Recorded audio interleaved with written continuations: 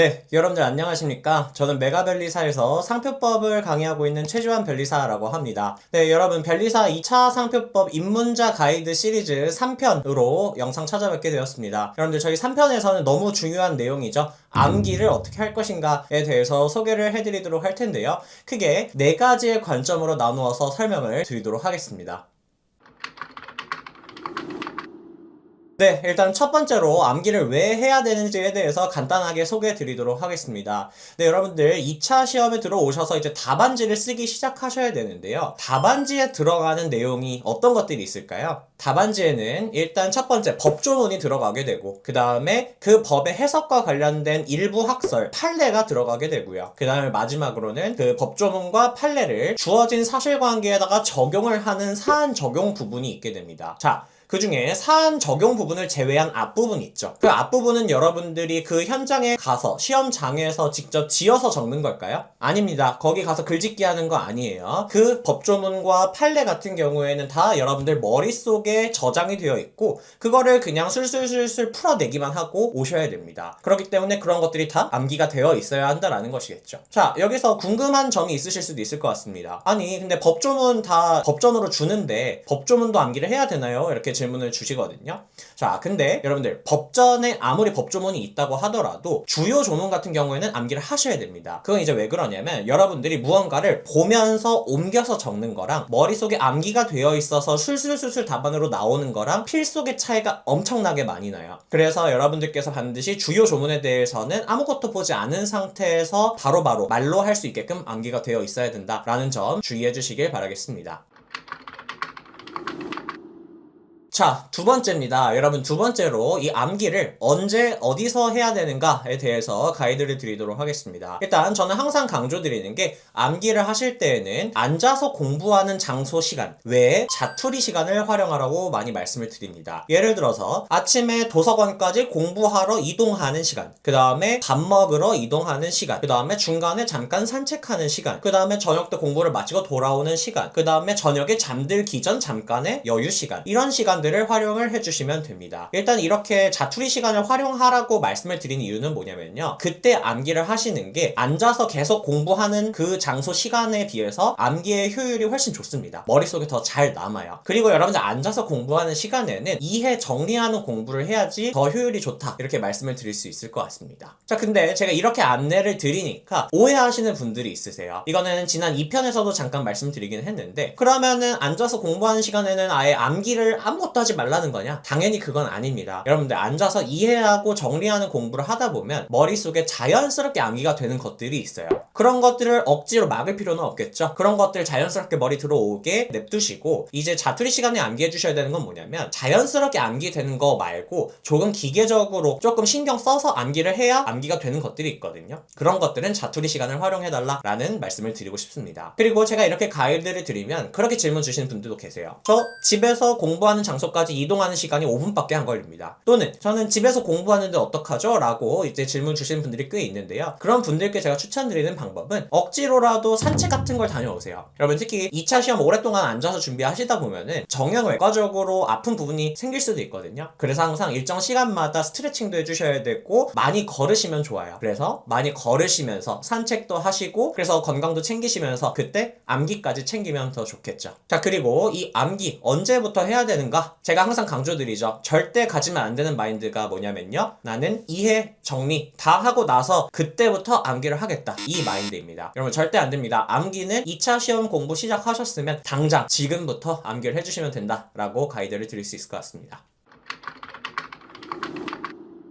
자, 세 번째로 이제 구체적으로 암기를 어떻게 할 것인가에 대해서 가이드를 드리도록 하겠습니다. 일단은 암기의 방식에는 여러 가지 형태가 있는데요. 많이 고민하시는 게 두문자를 얼마나 활용을 해야 될까에 대해서 질문을 주십니다. 두문자가 성격에 맞는 분이 있고요. 또는 두문자가 잘 안 맞는 분이 있을 거예요. 근데 맞고 안 맞고는 이제 그 두문자 활용의 정도를 조절해 주시면 되는 거고, 전 기본적으로는 두문자랑 키워드 암기 방식을 혼용하실 것을 추천을 드립니다. 구체적으로 말씀을 드리면 이 이해를 바탕으로 암기를 할 수 있는 게 있어요. 여러분들 이해를 바탕으로 암기를 하는 거는 키워드를 중심으로 해가지고 암기를 해주시면 됩니다. 그리고 그 암기를 하실 때에는 여러분들께서 판례 문구 같은 거를 토시 하나 안 틀리고 암기하려고 하실 필요 없어요. 주요한 핵심 키워드가 드러나게끔 외우시면 되고 조사 같은 것들은 조금 달라져도 상관없습니다. 자, 그리고 두문자를 활용하는 게 더 효율적인 암기 컨텐츠가 있는데요. 특히 상표법의 영역에서 그런 것들이 많이 있습니다. 보통 어떤 법리들을 두문자 사용해 주시면 되냐면 어떤 판단을 함에 있어서 여러 간접 사실들을 고려해서 판단한다라고 할 때 그 간접 사실의 종류들을 쭉 나열해주는 판례들이 있거든요. 상표법에서 대표적으로 요부를 판단하는 법리라던가 부정한 목적을 판단하는 방법, 주지성을 판단하는 방법, 이런 것들에 대해서 암기를 해주실 때에는 나열된 것들을 하나하나 이해를 바탕으로 꺼집어내는 거는 효율적이지 않아요. 그런 거는 두문자를 활용해서 빠르게 암기를 하고 넘어간 뒤에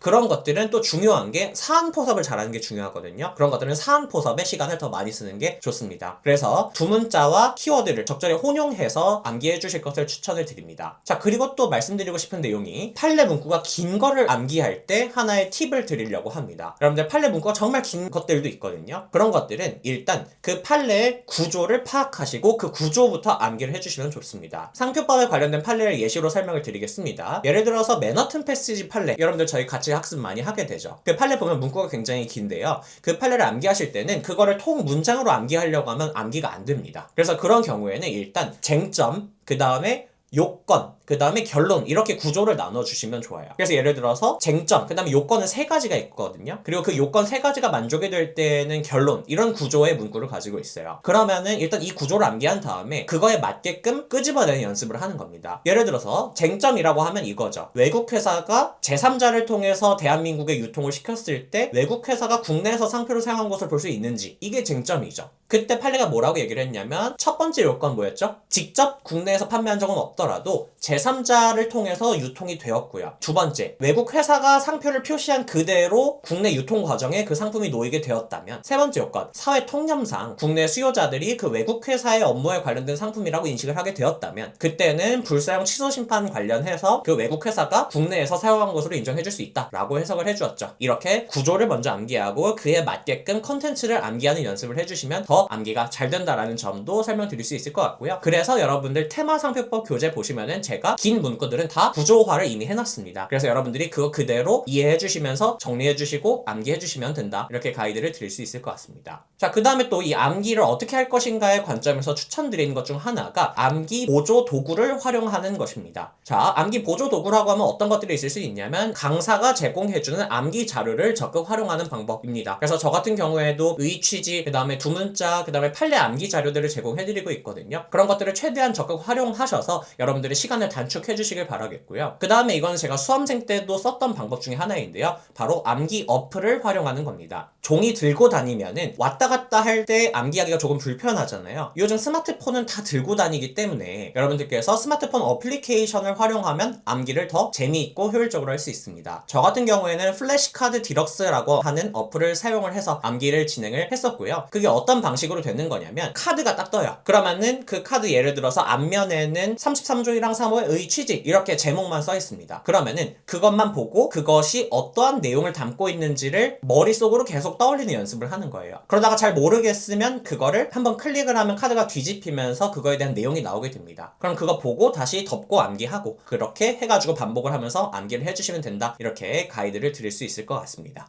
그리고 플래시카드에 대한 구체적 사용 방법 같은 경우에는요, 저도 나중에 기회가 되면 따로 한번 기획을 해서 촬영해보도록 할 텐데, 제가 알고 있는 친한 후배 유튜브가 있거든요. 삼천포 탁지하기라고 하는 유튜브 채널인데 거기에 가서 보시면은 유튜브에 그 플래시카드 어플 활용 방법에 대해서 안내를 해주고 있으니까요, 그 영상 참고해보시면 좋을 것 같습니다. 네, 그리고 암기를 어떻게 할 것인가의 관점에서 마지막으로 강조드리고 싶은 게 있는데요. 여러분들께서 1차 때 또 암기를 비슷하긴 하긴 하셨을 거예요. 1차 때랑 포인트를 달리 두셔야 됩니다. 1차 때는 여러분들이 자료를 보면서, 책을 보면서 눈으로 쭉 훑으면서 아, 나 암기 됐구나 하고 넘어가셨을 거예요. 그리고 그런 공부로도 충분히 공부가 되었을 겁니다. 근데 2차에선 절대로 눈으로 계속 보면서 하는 암기를 하셔서는 안 돼요. 2차 때는요, 무조건 그것을 덮고서 내가 말로 할 수 있는지를 체크를 하시면서 공부를 해주셔야 됩니다. 왜 그럴까요? 여러분들이 시험장에 가셔서는 아무것도 안 보고 답안지에 써야 되잖아요. 답안지 아무것도 안 보고 쓰려면 아무것도 안 본 상태에서 말로 할 수 있을 정도가 돼야 됩니다. 그래서 항상 덮고서 말로 하는 형태로 암기를 해주시면 좋을 것 같아요. 계속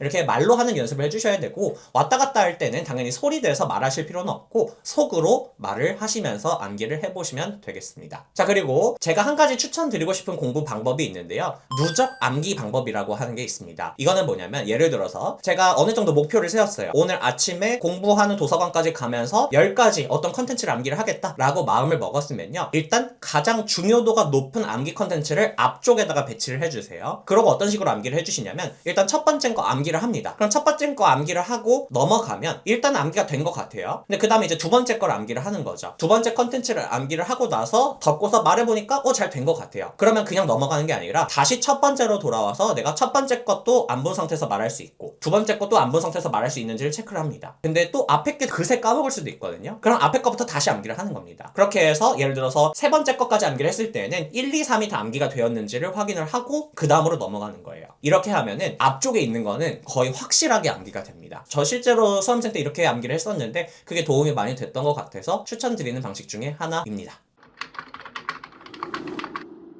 자, 그 다음에 네 번째입니다. 어떤 것부터 암기를 해야 되는지에 대해서 가이드를 드리도록 하겠습니다. 자, 제가 아까 말씀드렸지만 2차 시험을 준비하기 시작했으면 지금부터 암기를 시작해야 된다 그랬죠. 근데 막상 뭐부터 암기해야 될지 조금 막막하실 거예요. 일단 제가 추천드리는 것은 특허와 상표에 대한 주요 조문에 대한 의의 취지, 그거를 1순위로 추천을 드리고 싶습니다. 여러분들께서 의의 취지를 빨리 암기를 하셔야 답안의 틀이 빨리 완성이 됩니다. 왜냐하면 답안지를 구성할 때 주요 조문에 대한 의의 취지가 가장 앞에 나오기 때문이죠. 그래서 그거 먼저 암기를 해주시고 그 다음에 여러분들이 이제 이론 공부를 조금 해나가시면서 정리가 되면 그 다음에는 판례 암기를 해주시면 됩니다. 2순위가 판례 암기다 이렇게 봐주시면 되고요. 그 다음에 이제 3순위부터는 여러분들이 공부를 하시다 보면 답안지 연습을 하시다 보면 뭘 암기해야 될지가 감이 오실 거예요. 그때 가면 암기할 것들이 많죠. 뭐 예를 들어서 사례풀이에 관한 툴이라던가 여러 가지 리딩 케이스에 대한 목차 틀 같은 것도 미리 암기를 해두면 좋은 것들이 있거든요. 그리고 그거랑 주요 학설에 대한 논거 같은 것들, 이런 거 여러분들 공부하시다 보면 뭘 외워야 될지가 감이 와요. 그래서 이 순서대로 암기를 해나가시면 되고, 전체 기간을 가지고 나누어 봤을 때 여러분들께서 민사소송법에 대한 기본 이론을 학습하는 시기 대략 한 3, 4월 동안에는요, 일단 특허 상표 암기에 조금 더 열을 올려주세요. 왜냐면 기본 이론 들을 때에는 아직 뭘 암기해야 될지 구분을 못 하시거든요. 민사소송법도 답안지를 어느 정도 써보거나 사례집 풀이를 어느 정도 해보셔야 뭘 암기해야 될지에 대한 감이 오세요. 그러다 보니까 그 단계에 들어가기 전까지는 특허 상표 암기를 조금 더 많이 해주시면서 그 암기량을 끌어올려 놓고, 근데 민소가 암기할 게 많기는 해요. 그러다 보니까 5, 6월에는 민사소송법 암기에 조금 더 집중할 수 있게끔 이 기간을 구분을 해 놓으시면 좋을 것 같습니다. 다시 정리해 드릴게요. 3, 4월에는 특허 상표 주요 조문 의의 취지와 판례 암기에 집중해 주시고, 그 다음에 5, 6월에는 민사소송법 암기에 조금 더 집중을 해주시면 좋을 것 같습니다. 근데 그 기간을 나눴다고 해가지고 5, 6월에는 민사소송법만 암기해야 된다, 이건 아닙니다. 5, 6월에는 당연히 모든 과목에 대한 암기가 들어가셔야 됩니다. 자, 그리고 이제 제가 마무리를 하기에 앞서서 한 가지 공부 팁을 드리려고 하는데요. 암기라고 하는 거는 2차 시험에서 그냥 계속 같이 가야 되는 친구예요. 그러니까 여러분들께서 어떤 거 안 하셨으면 좋겠냐면, 내가 지금 앞으로 암기해야 될 양이 얼마나 많이 남아있는가를 생각하지 않으셨으면 좋겠습니다. 그 이유는 뭐냐면요, 여러분들께서 암기하게 실제로 객관적으로 많아요. 근데 그 남아있는 거를 바라보고 가게 되면은 계속 막막하고 압도가 되게 됩니다. 근데 그런 것들을 내가 얼마나 해야 될지 남은 산을 보지 말고 지금 일단 당장 앞에 주어져 있는 것들, 그래서 내가 지금 당장 암기해야 되는 것들을 하루하루 쌓아 나가게 된다면, 여기서 포인트는 하루하루 계속 쌓아 나간다라는 게 중요한 겁니다. 이걸 쌓아 나가다 보면 언젠가는 머릿속에 그게 거의 다 들어와 있는 시기가 올 거예요. 그리고 여러분들 당연히 6월까지 돼도 암기가 완성됐다는 느낌 안 듭니다. 그리고 시험 전날까지도 완벽하다는 느낌 안 들 거예요. 근데 이거는 모든 시험이 마찬가지입니다. 여러분들 1차 시험 때도 그랬어요. 내가 완벽하게 알고 있다라는 상황 하에 그러한 자신감을 가지고 시험장에 들어가는 경우는 많이 없죠. 공부는 계속 불완전한 상태인 거고, 최대한 계속 암기량을 늘려가면서 특히 7월달에 스퍼트를 확 내서 시험장에 가서 내가 아는 한 최대한 끄집어내고 답안지에다 쏟아내고 오는 게 이 시험입니다. 그러니까 여러분들 지금 당장 암기할 게 너무 많다고 압도되지 마시고요. 그냥 여러분들이 해야 될 암기를 하루하루 충실히 해나가실 것을 추천드리겠습니다.